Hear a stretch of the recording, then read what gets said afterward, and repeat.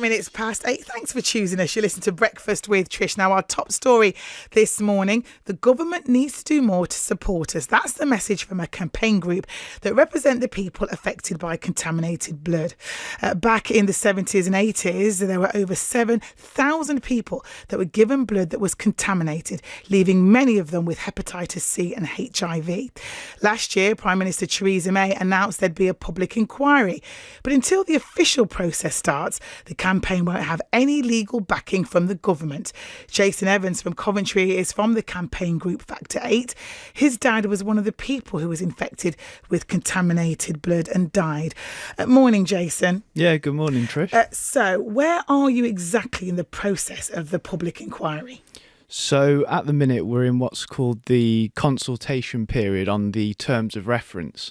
So at the minute, families, victims, those affected are being asked to help shape those terms of reference, which is essentially the parameters or the guidelines of what issues the inquiry will explore, what the questions that need to be answered, and basically what the thrust of the inquiry will be. So do you need any money at this stage?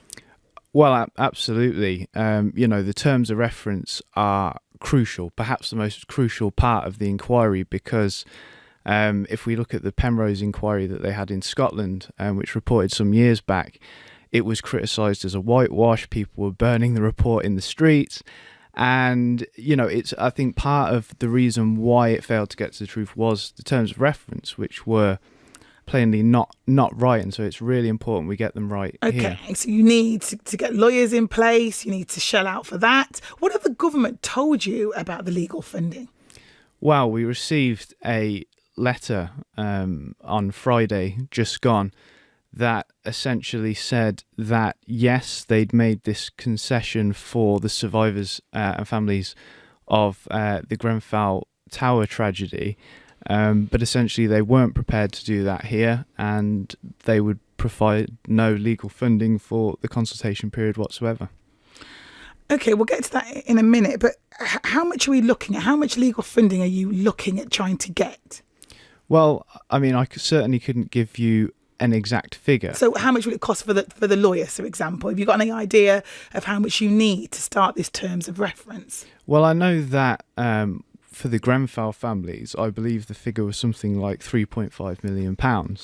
Personally, I don't think we'd be anywhere near that figure, because I think there was a lot of legal teams involved in Grenfell, where there's a lot less here. Our consultation period is relatively short as well, so I don't think we'd even get close to that figure, to be quite honest. Okay, well, could it not be the case that you get legal funding at a later stage? Well, that probably would happen, but at the later stage it would then be too late, and we could have ended up with terrible terms of reference. I mean, currently what the government are basically saying is that victims and families who, many if not all, are profoundly psychologically and mentally damaged should become lawyers and should do this themselves, which is ridiculous. People aren't in a place or have the skills or expertise to do that. Well, I'm looking at the letter that you received, and the Cabinet Office seemed to say, well, listen, with Grenfell, there were exceptional and extraordinary circumstances that survivors and victims' families found themselves in, and that's why they provided that money early doors to them. Can you not see the difference? There's absolutely no difference. I mean, people died in different ways. But I mean, all the reasons they cite in that letter, they say people lost their homes. People lost their homes as a result of this. People lost their lives. People are traumatized. And actually, if you go back to as early as 1990, 1991, the government were making ministerial statements saying that the contaminated blood scandal is exceptional, is extraordinary circumstances.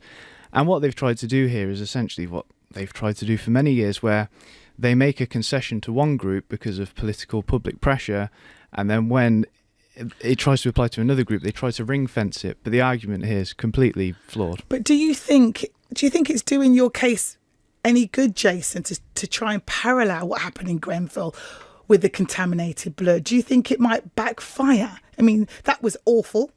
and what you've been through is awful, but they are two separate things. Do you think it might backfire, you trying to say, well, actually, you've given Grenfell support, but you're not giving us?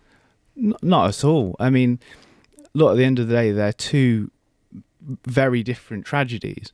But I think that there is really no comparison, because they are very different in the sense that But you're saying that you should be treated the same. You're saying that you should get the money and the funding just like Grenfell. Oh, absolutely. I mean, look, the what happened, the circumstance of what happened is different, but the outcome, people are dead, families are traumatized, is exactly the same. And, thousands of people died in the contaminated blood scandal. Now, that doesn't make it somehow worse than Grenfell. The fact that people died is the fact that people died. But I think, it's not only in the interests of the victims and families to get this inquiry right, it's in the public interest to get this right, because with the blood scandal of the 70s and 80s, it was factor 8 and 9 plasma-derived medicines. But what happens next time when it's another plasma-derived medicine, when it's a different virus? So what do you think will happen now? What do your campaign group want to do? You're saying, come on, the government, we need your support. We need this money now for our legal case. What's the next step? What are you hoping to get? Well, I'll be travelling to London a little later on today, and I will be heading to meet with Sir Brian Langstaff, the chair of the inquiry, and officials at the Cabinet Office, along with others, and we will certainly be raising this issue with them.